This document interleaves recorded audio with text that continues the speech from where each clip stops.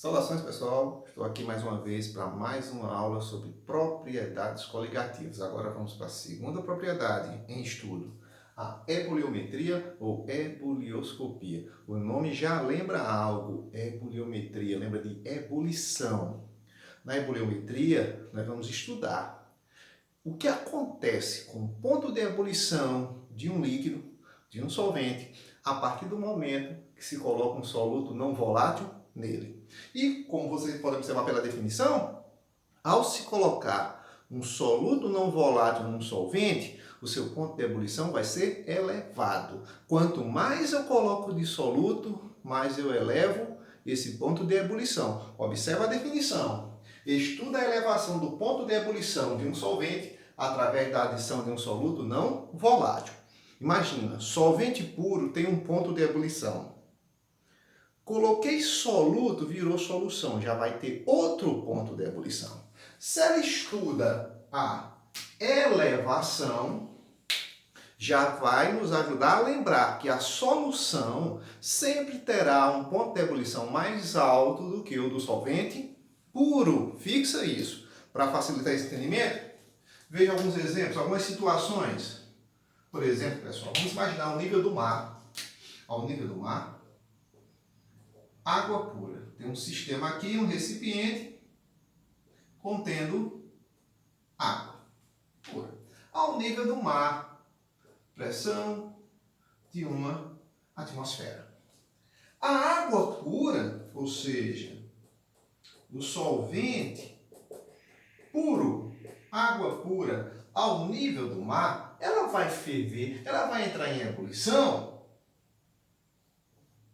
a 100 graus Celsius.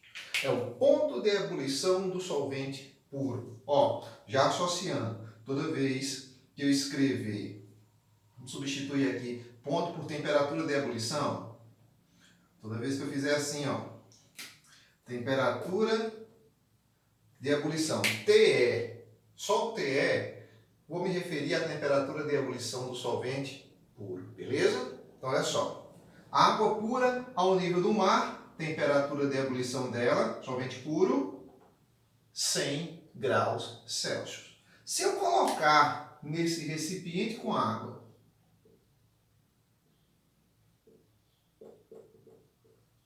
uma pitadazinha de cloreto de sódio, ou seja, eu tenho agora um soluto, antes eu só tinha solvente, agora eu tenho uma solução. Com essa pitada de sal, eu não sei para onde vai a temperatura de ebulição da solução. Não sei para que valor vai, mas uma coisa eu sei, ela tem que ser maior do que 100, porque através da adição de um soluto não volátil a um solvente, eu causo aumento no seu ponto de ebulição.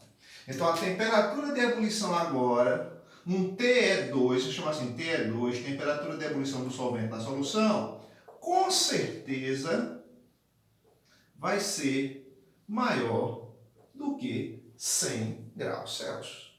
Então, associando, para a gente ficar com essas variáveis, toda vez que eu escrever TE, vai ser a temperatura de ebulição do solvente puro.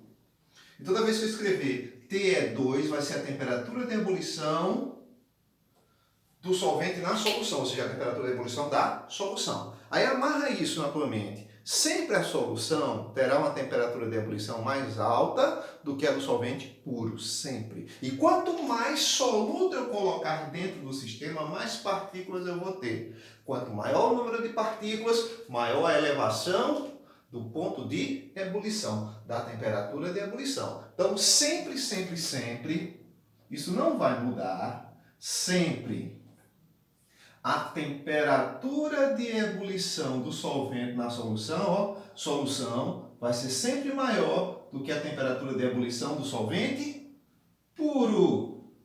Então, aqui, ó, o TE2 é a da solução, e o TE, eu estou chamando só a temperatura de ebulição do solvente. Quem tem sempre a temperatura de ebulição mais alta? A solução. E não vamos esquecer de mais outra informação. Ó, à medida que eu elevo o número de partículas, vou apertar aqui, dissoluto, ó, quanto maior o número de partículas dissoluto dentro do sistema, maior será a temperatura de ebulição. Maior será o ponto de ebulição do sistema. Beleza? Vamos fazer uma mágica agora para a gente ir para o efeito ebuliométrico.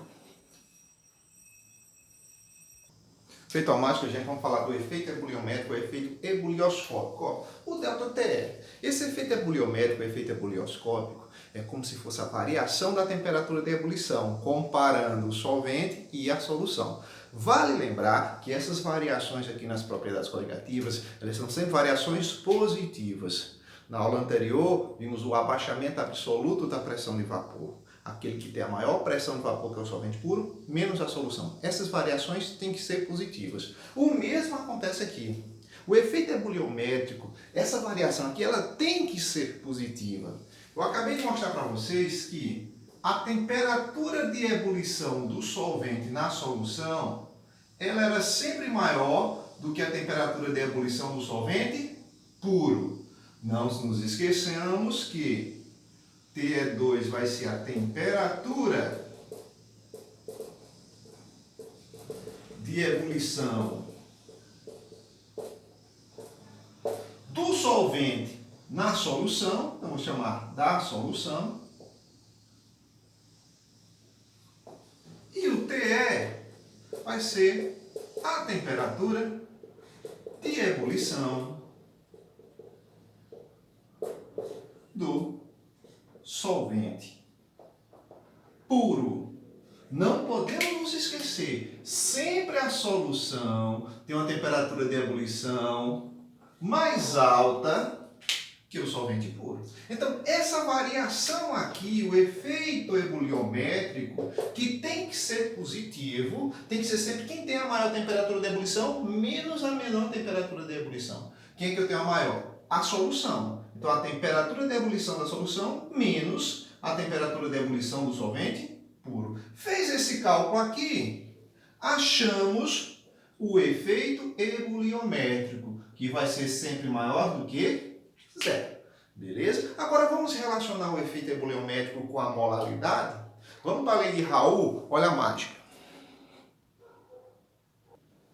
Pronto, feita a mágica, gente, lei de Raoult. Agora, essa lei de Raoult é para ebuliometria, viu? Estamos em outra propriedade, ela já diz outra coisa. Ela trata do seguinte, ela diz que a elevação da temperatura de ebulição, do ponto de ebulição do solvente puro, é diretamente proporcional à molaridade da solução. Olha a lei, pela lei já dá para deduzir a fórmula que nós vamos trabalhar.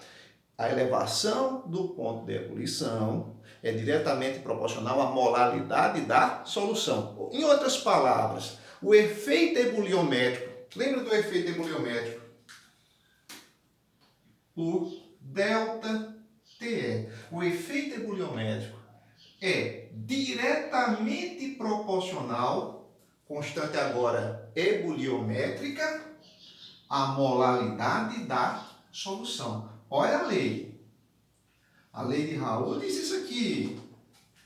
Efeito ebuliométrico, a elevação do ponto de ebulição, é diretamente proporcional à molaridade da solução. Do jeito que essa fórmula está aqui, ela serve basicamente para as soluções moleculares diluídas. Ah, e se a solução for iônica? Se a solução for iônica, existe aquela discrepância no número de partículas de soluto, que sempre é maior do que se espera, então tem que usar o fator de correção, o fator de Van Hoff. Então a fórmula é a mesma, ó, efeito ebuliométrico, diretamente proporcional à molaridade da solução, vezes o fator de Van Hoff. Para corrigir se a solução for iônica, a fórmula é a mesma. Usa apenas o I para corrigir. Isso aqui para a solução iônica. Ok? Quem é quem nessa fórmula? Eu já sei que o ΔTE é o efeito ebuliométrico. Quem é esse efeito ebuliométrico? temperatura de ebulição da solução menos a temperatura de ebulição do solvente puro. KE é uma constante ebuliométrica. Se o solvente for água, se a solução for aquosa, normalmente a questão vai lhe dar ela 0,52. Normalmente a questão vai lhe dar a constante ebuliométrica. Raramente você vai ter que calcular. Mas se precisar raramente calcular, vai ser isso, ó. Constante dos gases vezes a temperatura do líquido ao quadrado, dividido por 1000 vezes o calor latente de vaporização desse líquido. Lembrando que essa constante dos gases aqui não é em atm litro por mol Kelvin, é em caloria por mol Kelvin. 2 calorias por mol Kelvin, tá certo? Então, se precisar calcular, tem que ter a constante dos gases, é obrigado a fornecer, e o calor latente de vaporização. Aí você calcula. Mas como nós normalmente trabalhamos com soluções aquosas, certo? Se for a água, o seu solvente, a constante ebuliométrica é igual a 0,52 graus. Beleza? Normalmente a maioria das soluções que vamos trabalhar são aquosas, já vai dar pronta. E se for alcoólica, ele vai dar a constante. Aí se ele não der, ele vai ter que fornecer a constante dos gases em caloria e o calor latente de vaporização daquele líquido, para você jogar na fórmula e achar, mas normalmente vai ser dado na prova. Então, continuando as nossas definições aí. O KE é a constante ebuliométrica. Essa letra que parece um dado, que é o ômega, é a molalidade da solução. E o Izinho, o fator de Van Hoff. Não nos esqueçamos que, se for para calcular a molalidade, eu posso calcular pegando o número de moles do soluto e dividindo pela massa do solvente em quilos, ou eu pego a massa do soluto pela massa molar do soluto vezes a massa do solvente em quilogramas. Beleza? Então, ó, lembrando, efeito ebuliométrico, segundo a lei de Raoult, é diretamente proporcional à molalidade da solução. Essa constante de proporcionalidade aqui, que é a constante ebuliométrica, vai ser dada na questão. Se a solução for aquosa, vai ser esse valor, que se ele não der essa constante para você, vai ter que fornecer constante dos gases em caloria por mol Kelvin e o calor latente de vaporização do líquido para você jogar nessa fórmula. Mas normalmente ele é dado nas provas. Para uma solução molecular, que não conduz corrente elétrica, só essa fórmula. E se a solução for iônica, pega a mesma fórmula, multiplica pelo fator de correção, fator de Van Hoff, e você calcula isso aí. Agora, vamos mostrar um gráfico desse efeito ebuliométrico, para depois aplicarmos uma parte quantitativa desse assunto, fazer algumas questões com o cálculo dele. Beleza? Olha a mágica. Feita a mágica, pessoal, olha aqui o gráfico, análise gráfica. Solvente e solução na ebuliometria, e vou aproveitar e vamos revisar tonometria também nesse gráfico, que dá para avaliar a pressão de vapor aqui. Se liga. Falamos em uma aula anterior que um líquido, para ele ferver, a pressão interna da bolha tem que ser igual à pressão do ambiente. Olha só, essa curva aqui, a pressão interna da bolha atingiu 1 atm em 100 graus Celsius. Vou dizer que essa curva seria a curva da água pura. Solvente puro. Ó, aqui é a água, que é o solvente puro.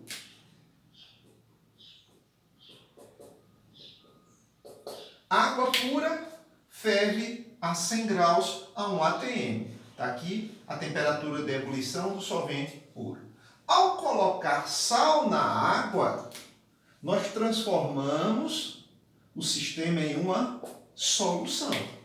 O soluto causa o que no ponto de ebulição? Elevação do ponto de ebulição. Olha só se não é uma elevação. Ó, solvente puro, 100 graus. Solução. Pressão interna da bolha 1 atm. Só foi atingida a uma temperatura que eu não sei, mas eu sei que é o quê? Acima de 100. Essa variação aqui, ó, dessa temperatura acima de 100 menos o 100 é justamente o que acabamos de estudar, o efeito ebuliométrico. que é diretamente proporcional à molaridade da solução. Então, ó, esse aumento na temperatura de ebulição, compara solvente puro, compara solução, quem é que tem sempre a ebulição mais alta? Solução. Ó, é o efeito ebuliométrico. Já se eu escolher uma temperatura aqui qualquer, para esses dois sistemas, e tentar checar a pressão de vapor, ó, nessa temperatura qualquer aqui, pressão de vapor da solução está aqui e a pressão de vapor do solvente puro está aqui. Então, ó, pressão de vapor do solvente na solução, pressão de vapor do solvente puro. Eu tenho o efeito da abaixamento absoluto da pressão de vapor. Eu tenho um efeito tonométrico aqui. Então, ó, nessa parte aqui, ó, eu avalio tonometria. O que o soluto faz com a pressão de vapor? Ele diminui a pressão de vapor do solvente. Compara. Solução tem uma pressão de vapor mais baixa que a do solvente puro. Tonometria. Diminuição da pressão de vapor pela adição de soluto não volátil. Solução, olha a pressão de vapor, mais baixa. Solvente puro, pressão de vapor mais alta. Já no quesito ponto de ebulição, o soluto eleva o ponto de ebulição. Deixa o ponto de ebulição mais alto. Olha o solvente puro, ponto de ebulição. Olha a solução, que é soluto mais solvente, ponto de ebulição mais alto. Então, na tonometria, nós vimos o abaixamento da pressão de vapor pela adição de soluto. E na ebuliometria, a gente vê o aumento da temperatura de ebulição da solução devido à presença do soluto. Beleza? Vamos aplicar a parte quantitativa nisso aqui. Olha a mágica. Feito a mágica, pessoal, olha esse exemplo. Ó. Dissolveu-se em 100 gramas de água 1,8 gramas de glicose, um açúcar. Qual é o ponto de ebulição da solução? Eu sei que a água pura, o ponto de ebulição é 100 graus Celsius. Coloquei 1,8 gramas de glicose aí dentro. Quanto será o ponto de ebulição desse sistema, dessa solução? Pela lógica, mais alto ou mais baixo do que a água pura? Se é solução, mais alto. Uma coisa é certa, vai ser maior do que 100 graus. Bora lá aplicar. Se está trabalhando com ponto de ebulição, é ebuliometria que você vai aplicar. A lei de Raoult para ebuliometria. Então vamos separar os dados. Dissolveu-se em 100 gramas de água 1,8 gramas de glicose. Então água é solvente, glicose é soluto. Então eu tenho no enunciado da questão a massa do solvente, 100 gramas, e a massa de soluto, 1,8 gramas. E a questão que é o ponto de ebulição da solução. Eu estou chamando ponto de ebulição, temperatura de ebulição da solução, TE2. Beleza? Então vamos aplicar. Se eu estou trabalhando com ebulição, eu tenho que trabalhar com a lei de Raoult para ebuliometria, onde ele diz o seguinte, que o efeito ebuliométrico é diretamente proporcional à molaridade da solução. Outra coisa, em algum momento mencionou porcentagem de moléculas ionizadas ou dissociadas? Não. Então isso aqui é uma solução molecular, não é iônica. Não preciso do fator de Van 't Hoff. Eu estou pedindo a temperatura de ebulição da solução. Nessa fórmula, que dê a temperatura de ebulição nessa fórmula para eu poder encontrar? Eu tenho aqui o efeito ebuliométrico, mas ela está aqui. Quem é o efeito ebuliométrico? Lembra? A temperatura de ebulição do solvente na solução menos a temperatura de ebulição do solvente puro, que é diretamente proporcional à molaridade da solução. Então, olha só o que eu tenho aqui. Constante ebuliométrica eu tenho, a questão me deu. Molaridade eu acho, porque eu tenho a massa do soluto, a massa do solvente, e posso determinar a massa molar do soluto, porque molaridade, lembra, pode ser calculado o número de moles pela massa do solvente em quilos, ou eu posso calcular pegando a massa do soluto, dividindo pela massa molar do soluto vezes a massa do solvente em quilos. Vou até substituir direto aqui na fórmula. Então, temperatura de ebulição da solução menos a temperatura de ebulição do solvente puro é diretamente proporcional. Quem é a molaridade?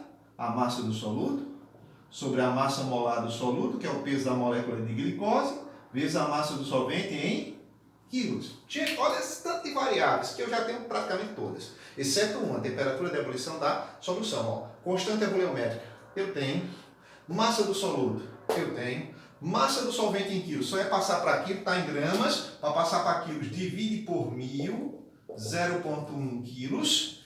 Peso molecular do soluto. Só é pesar a molécula de glicose. Glicose, C6H12O6. 6 vezes o carbono, 12 vezes o hidrogênio, 6 vezes o oxigênio. 6 vezes 12, 12